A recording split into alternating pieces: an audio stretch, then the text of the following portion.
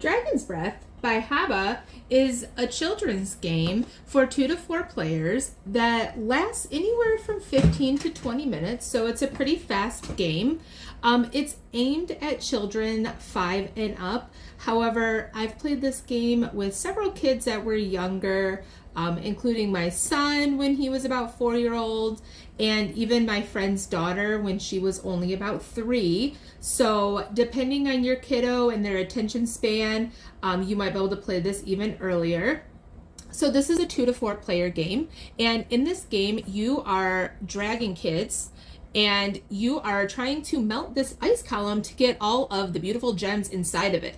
But your fire powers aren't working yet. But Daddy Dragon has fire, and he can melt the ice rings to release the crystals. So during your turn, first off, you are going to choose a gem color that you are going to collect during the duration of the game. If you are playing 3 to 4 players, then each player will select one gem, and the remaining gems will go to Daddy Dragon.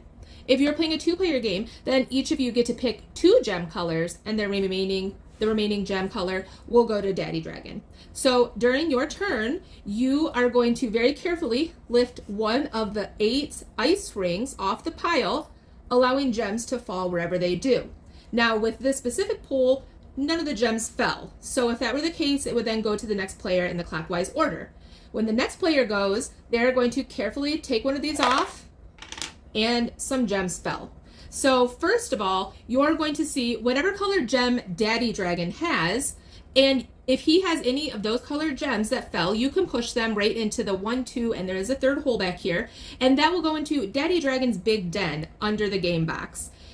Any gems that are your colors, you will then take and put in your little reservoir, which if you can see back here, there's a little area here, and you can drop the gems in, and those will go into your den.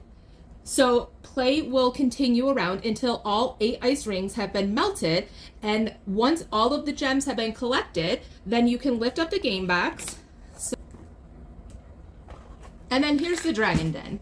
The big one is Daddy's dragon den, and the ones in the corner are where your gems are going to go, depending on what color dragon kid you are.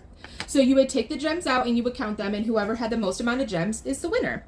Now there are different variants for younger kids, as well as different variants to make it a little more tricky. So depending on the age level of the kids or what kind of adventure they want to have, there is definitely ways to change this game up and make it more interesting. All in all, I love this game. I think it's an awesome introductory game for little kids with board games. It's going to help them learn how to take turns.